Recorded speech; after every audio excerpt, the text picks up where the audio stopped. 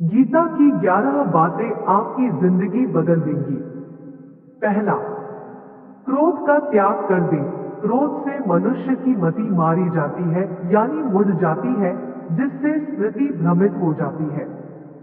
स्मृति भ्रम हो जाने से मनुष्य की बुद्धि नष्ट हो जाती है, और बुद्धि का नाश हो जाने पर मनुष्य खुद अपना ही नाश कर बैठता है। दूसरा, मृत्यु से भी बढ़कर है, मृत्यु का भय न कोई मरता है और न ही कोई मारता है, सभी निमित्त मात्र है।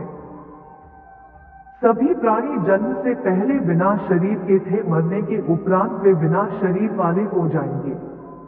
यह तो बीच में ही शरीर वाले देखे जाते हैं, फिर इनका शोक क्यों करते हो? कोई भी अमरजरी खाकर पैदा नहीं हुआ है। कोई जल्दी मरेगा तो कोई देर से। मृत्यु का भय मत पालो, वरना तो सभी को एक न एक दिन है। जिसने जन्म लिया है उसकी मृत्यु तय है। तीसरा, आत्मा अजर अमर है। आत्मा को न शस्त्र काट सकते हैं, न आग उसे जला सकती है, न पानी उसे भिगो सकता है, न हवा उसे सुखा सकती है। जो लोग यह मानते हैं कि मरता सिर्फ शरीर है, आत्मा नहीं, मेरे अपने जो मर गए असल में वे मरे नहीं हैं, उन्होंने तो देह छोड़ी है, वे कहीं और जन्म लेंगे। ऐसे लोग ही सच्चा मार्ग ढूंढ लेते हैं। चौथा, कोई हमारा अपना नहीं है। गीता में श्री कृष्ण अर्जुन से कहते हैं कि हे अर्जुन, तेरे और मेरे कितने ही जन्म हो चुके हैं। आज जिसे तू अपना समझ रहा है, वे पूर्व जन्म में तेरे नहीं थे। मेरे और तेरे बहुत से जन्म हो चुके हैं। मैं उन सभी जन्मों के बारे जानता हूं, तू नहीं जानता। पांचवा, कर्मवान बनो, आस्थावान नहीं। कर्म पर ही तुम्हारा अधिकार है, लेकिन कर्म के ही तुम्हारा अधिकार है, लेकिन कर्म के फलों में कभी नहीं। इसलिए कर्म को फल के लिए मत करो और न ही काम करने में तुम्हारी आसक्ति हो।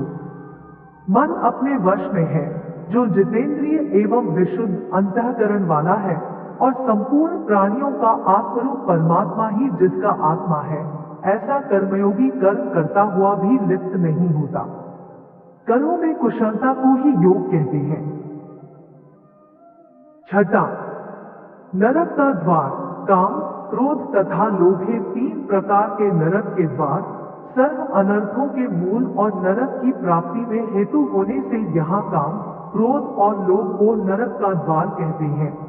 आत्मा का नाश करने वाले अर्थात उसको अधोगति में ले जाने वाले हैं। अतएव इन तीनों को त्याग देना चाहिए। सातवां, व्यर्थ की चिंता छोड़ वर्तमान में जियो। क्यों व्यर्थ की चिंता करते हो? किससे व्यर्थ डरते हो? कौन तुम्हें मार सकता है? आत्मा न पैदा होती है, न मरती है। जो हुआ वह अच्छा हुआ, जो हो रहा है वह अच्छा हो रहा है, जो होगा वह भी अच्छा ही होगा। तुम भूत का पश्चाताप न करो, भविष्य की चिंता करो। वर्तमान चल रहा है। आठवां, लगाव ही दुख का कारण है। तुम्हारा क्या गया जो तुम रोते हो? तुम क्या लाए थे जो तुमने खो दिया? तुमने क्या पैदा किया था जो नाश हो गया? न तुम कुछ लेकर आए, जो लिया यहीं से लिया, जो दिया यहीं पर दिया, जो लिया इसी भगवान से लिया, जो दिया इसी को दिया। खाली हाथ आए और खाली हाथ चले जाओगे। जो आज तुम्हारा है कल और किसी का था, परसों किसी और का होगा। तुम इसे अपना समझकर मग्न हो रहे हो। बस यही प्रसन्नता तुम्हारे दोहकों का कारण है। नौवां, परिवर्तन को समझो और उसके साथ रहो। परिवर्तन संसार का नियम है। जिसे तुम मृत्यु समझते हो वही तो जीवन है। एक क्षण में तुम करोड़ों के स्वामी बन जाते हो, दूसरे ही क्षण में तुम दरिद्र हो जाते हो। मेरा तेरा छोटा बड़ा, अपना पराया मन से मिटा दो। फिर सब तुम्हारा है, तुम सबके हो। न यह शरीर तुम्हारा है, न तुम शरीर के हो। यह अग्नि, जल, वायु, पृथ्वी, आकाश से बना है और इसी में मिल जाएगा, परंतु आत्मा स्थिर है, फिर तुम क्या हो? 10वां, धर्म की शरण में रहो। यदि तुम खुद कुछ नहीं कर सकते हो तो श्री कृष्ण कहते हैं कि तुम अपने आप को भगवान को अर्पित करो। यही सबसे उत्तम सहारा है। जो इसके सहारे को जानता है वह भय, चिंता व शोक से सर्वदा मुक्त है। जो कुछ भी तू करता है उसे भगवान को अर्पण करता चल।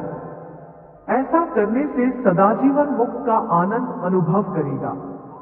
सारे धर्मों का त्याग कर मेरी शरण में हो जाओ। सर्वधर्मान परित्यज्य मामेकं शरणं व्रज। 11वां, विश्वास। मनुष्य अपने विश्वास से निर्मित होता है। जैसा वह विश्वास करता है वैसा वह बन जाता है। सदैव सदैव करने वाले व्यक्ति के लिए प्रसन्नता न इस लोक में है और न ही परलोक में। जो कोई भी व्यक्ति जिस किसी भी देवता की पूजा विश्वास के साथ करने की इच्छा रखता है, मैं उस व्यक्ति का विश्वास उसी देवता में दृढ़ कर देता हूँ। जय श्री कृष्णा।